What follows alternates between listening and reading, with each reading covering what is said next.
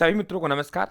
मित्रों राम राम। स्वागत है एक बार फिर से आपका राजस्थान यूट्यूब चैनल पे एंटीबायोटिक सीरीज। साथियों यहाँ हम लोग बात कर रहे हैं बिल्कुल शॉर्ट में। राजस्थान के 4 सभ्यता स्थल आपके सिलेबस में होते हैं और 4 में से ही आप लोगों के कहीं ना कहीं सवाल बनते हैं। आप लोगों के कालीबंगा सभ्यता होती है, आपके बैराट आपके सिलेबस में है, गणेश्वर आपके सिलेबस में, अहाड़ आपके, ये आपके 4 सभ्यता ऐसे हैं जहाँ से हमको अंक देके जाते हैं साथियों।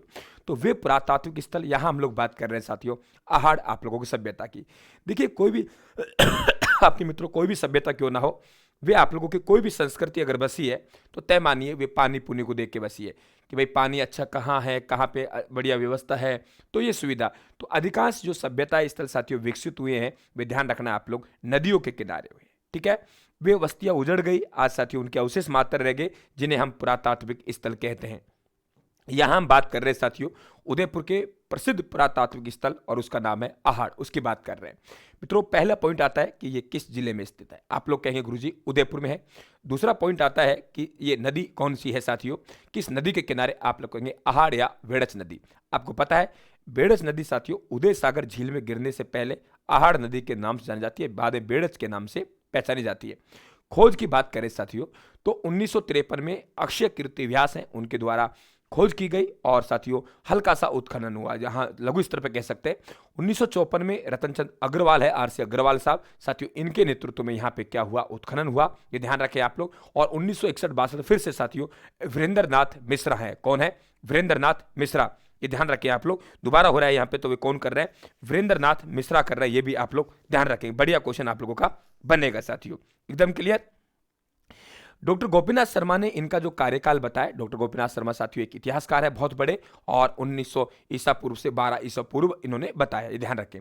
उपनाम बात करें साथियों, अहाड़ सभ्यता कहते हैं बेड़च नदी के किनारे विकसित हुई बेड़च, और बेड़च बनास की सहायक है, इसलिए इसको बनास सभ्यता किसने कहा है? धीरजलाल सांकलिया ने कहा है, ध्यान रखें। और ताम्रवर्ती आपके साथियों नगरी भी इन्हें कहा गया है। तो उपनाम की बात करें, अहाड़ इनको कहा गया है, बेड़च इनको कहा गया है, बनास सभ्यता साथियों धीरजलाल सांकलिया ने कहा गया है। और ध्यान रखें धूलकोट ये साथियों एक यहाँ का स्थानीय टीला है जिसकी खुदाई आरसी अग्रवाल साहब के नेतृत्व में हुई, और इसे आघाटपुर दुर्ग भी कहा जाता है। और साथियों वे जो हम लोग बात कर रहे हैं आघाटपुर दुर्ग, वे जो टीला है, देखिए आप लोग यहां से मित्रों 50 गुना 275 मीटर क्या है, और ऊंचाई इसकी 12.8 है। यहां देखिए आप लोग, यहां लिखा हुआ है कि ये बस्ती है 8 स्तरों में साथियों इसकी खुदाई हुई है। 8 में हुई है आपके वहां आपके कालीबंगा 5, तो 8 स्तरों में एक है कि देखो बस्ती अब बनी और साथियों फिर उजड़ गई, फिर मिट्टी बिछ गई, फिर बनी। तो ऐसे 8 स्तर बार पता लगता है कि 8 बार बस्ती बसी होगी, 8 बार बिगड़ी होगी, उजड़ी होगी। तो इस भूमि को समतल किया, फिर नई मिट्टी डाली और फिर बसावट हो गई साथियों। 8 परतें हैं, तो ये मृतकों के टीले कहलाता है। ताम्रयुगीन है, बाद में लोहा युगीन अवशेष हमें यहाँ मिले, कुल्हाड़ियाँ और चाकू अंगूठियाँ वगैरह। ग्रामीण सभ्यता है साथियों, ग्रामीण सभ्यता के अवशेष हमें देखने को मिलते हैं। भाई ग्रामीण में क्या क्या हो सकते हैं? आपके मकान हो सकते हैं, कच्ची ईंटें हो सकती है साथियों, पत्थर मिट्टी से आयताकार बांस से ढका जाता था। तो आप लोग कहेंगे कि यहाँ साथियों ग्रामीण सभ्यता है, और ग्रामीण सभ्यता में क्या क्या अवशेष मिल सकते हैं उनकी मैं आपसे बात कर रहा हूँ। देखिए यहाँ देखिए साथियों, चक्करकूप की जो जल है उस जल को साथियों एक सुखाने की पद्धति है, उसे हमने कहा है चक्करकूप। क्या करते हैं, घर के साथियों जो आंगन है उसमें हम लोग एक गड्ढा खोद देंगे और उसमें घड़ा रख देंगे, घड़ा ऐसे करके, और उसमें घड़े में मिट्टी भर देंगे, छेद कर देंगे, पानी टपक टपक टपक जाएगा तो घड़े पानी को नीचे सोखते हुए चल जाएंगे। इसे कहते हैं साथियों चक्करकूप पद्धति, जल सुखाने की वैज्ञानिक पद्धति, जिसे गड्ढा या घड़ा, ठीक है। मृद भांड साथियों, यहाँ मृद भांड मिले, और ये मृद भांड है उन्हें साथियों हम गोरे एवं कोठे कहते हैं। अलंकरण उकरणी पद्धति है, उल्टी तपाई, हम लोग ऐसे तपाते हैं उल्टी तपाई गए, ये ध्यान रखें आप लोग। तो बढ़िया क्वेश्चन है साथियों, मृद भांड बहुत बार पूछा है। गोरे एवं कोठे जो मृद भांड है कौन सी सभ्यता का है? आप लोग कहेंगे साथियों अहाड़ के हैं। भाई चैनल को सब्सक्राइब करना, घंटी के साथ दबा देना साथियों। बड़े स्तर पे यहाँ पे मिशन चला जा रहा है, इस मिशन का लाभ उठाइए आप लोग। गला खराब हो चुका है, कोई बात नहीं साथियों, लेकिन आप मेहनत कीजिए, आपको आगे पहुंचाना ही है। जो मूल मिशन है वे हमारा ये पुरातात्विक स्थल का पार्ट बचा हुआ था, ये भी मैं आपको दे रहा हूं, और शाम को इसकी आपकी क्लास हो जाएगी एमसीक्यू, तो बढ़िया आपका कवर हो जाएगा। चूल्हा साथियों, यहाँ एक मकान में 6 चूल्हे मिले, और भट्टियाँ मिली है। जब 6 चूने और भट्टियाँ एक साथ मिलती हैं तो इसका मतलब है कि यहाँ पे सामूहिक आप लोगों के साथियों परिवार की आपके साथियों यहाँ प्रथा मिली है। और एक चूल्हे पर मानव हथेली की आप लोगों को छाप मिली है। ऐसे हम लोग लिखते हैं ऐसे ऐसे, तो मानव हथेली की आपकी छाप भी मिली, ये भी ध्यान रखें आप लोग। तो संयुक्त परिवार प्रथा मिलेगी क्योंकि एक साथ हमें यहाँ 6 चूल्हे 6 भट्टियाँ मिले साथियों।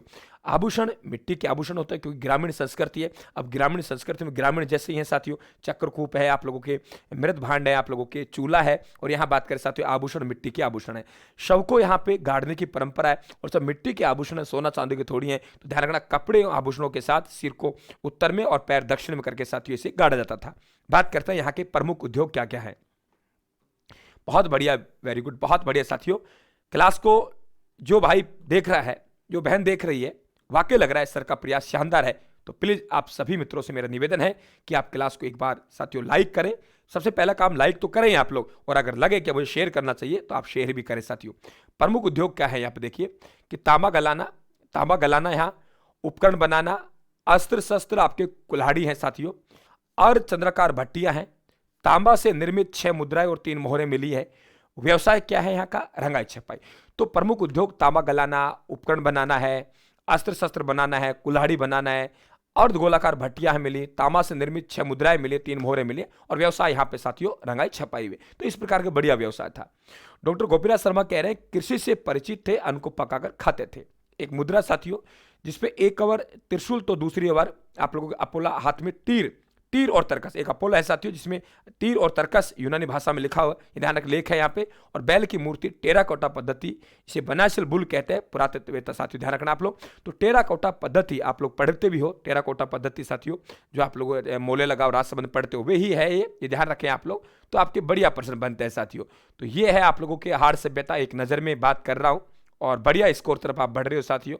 इसके लिए आप बिल्कुल वाकई बधाई के पात्र हैं। बहुत बढ़िया, मेहनत कीजिए साथियों, मेहनत करेंगे पक्का हम लोगों को सफलता मिलेगी, इसमें कोई किंतु परंतु नहीं है साथियों। राम राम, थैंक यू, धन्यवाद। अगला नेक्स्ट पार्ट गणेश्वर का इस तरीके से आएगा, फिर आप लोगों बैराट का, और इसके बाद साथियों आपके